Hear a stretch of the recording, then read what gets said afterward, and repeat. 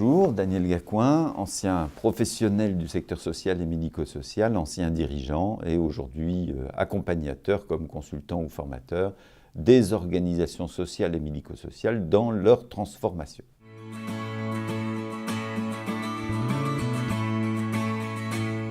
Diriger une institution, diriger une organisation, c'est une légitimité bien ancienne dans notre secteur. D'abord, et pendant longtemps, incarné autour d'une fonction de proximité, au plus près des équipes, dans une clinique institutionnelle qui était ancrée sur un processus global, la prise en charge des personnes et une adaptation souvent théorique à leurs besoins, mais des personnes très souvent institutionnalisées. Cette fonction de direction s'est transformée, d'abord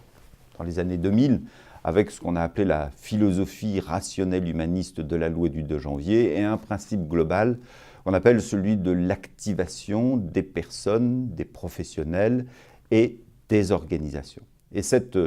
conception s'est transformée encore à la fin des années 2000, début des années 2010, avec des politiques, un pilotage plus exigeant des pouvoirs publics qui s'est traduit par des démarches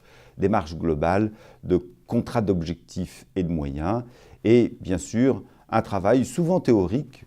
peu concret, de promotion de la performance des institutions avec optimisation, mutualisation des moyens.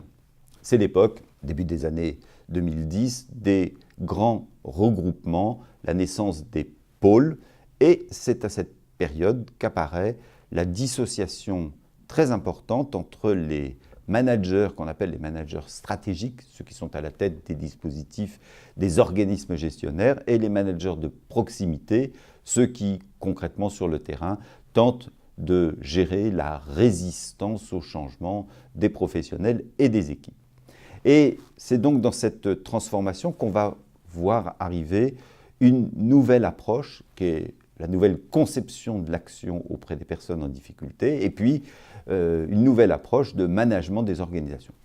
Transformation des actions, c'est le principe non plus de la prise en charge des personnes ou de l'accompagnement de leurs projets, mais de l'accompagnement de leur parcours différencié, parcours mobilisé, et bien sûr, parcours en lien avec des acteurs internes et des acteurs externes, avec un principe global qui commence à avancer, qu'on appelle l'ubérisation des actions.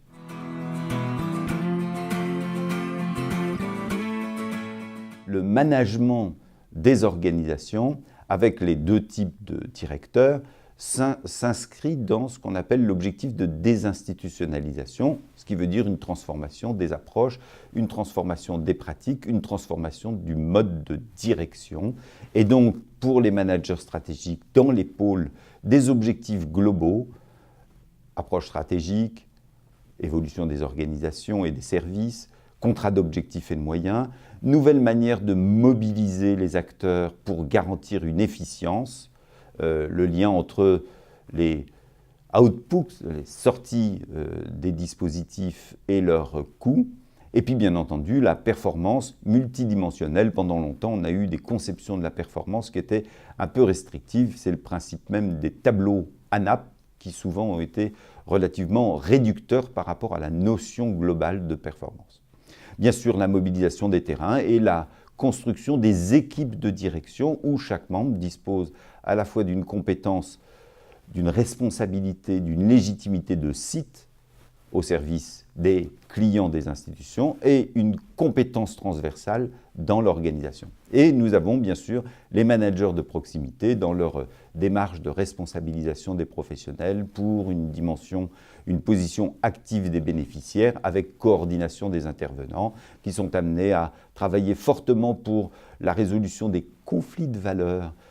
chez les professionnels, leur engagement dans des démarches de projets individualisés, mais avec des approches qui comportent un regard important ou des objectifs en tous les cas importants en termes de résultats, avec évaluation, recherche de l'impact des actions et la transformation de leur métier, bien sûr, avec synergie, lien avec des pôles de compétences externalisés, accompagnement global, soutien de la participation sociale des usagers sur deux principes, le principe de la capacitation des usagers et un deuxième principe, celui de la capacité des usagers ou des bénéficiaires, c'est-à-dire leur possibilité à terme d'avoir de plus grandes possibilités de choix dans leur parcours, leur devenir, leur projet futur, leur inscription dans la vie sociale.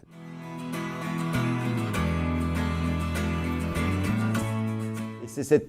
nouvelle approche managériale qu'il convient de poser avec des mobilisations importantes dans des plans, des chantiers clairs, objectivés, une écoute des résistances de tous les acteurs de terrain, internes et externes, une construction avec eux de stratégies émergentes et pas simplement l'application de stratégies délibérées ou de répétition des actions, et bien entendu des valeurs portées par les managers et des exigences d'aboutissement des chantiers qui ont été créés. C'est cette nouvelle approche qui n'est qu'en partie développée par les grandes écoles de formation de directeurs qu'on appelle les écoles cafdésiennes ou les écoles mastériennes plutôt du côté des universités. Et c'est pourquoi Direction a proposé de développer une fonction nouvelle de la formation des directeurs autour d'un thème précis qui est le directeur de pôle. Et bien entendu, nous ne trouvons pas les compétences développées suffisamment dans leur dimension multidimensionnelle dans les autres organismes de formation. Et l'innovation de Direction est donc d'initier une formation particulière avec la dimension stratégique et de proximité pour les managers qui dirigent des pôles, des dispositifs au service du parcours des usagers.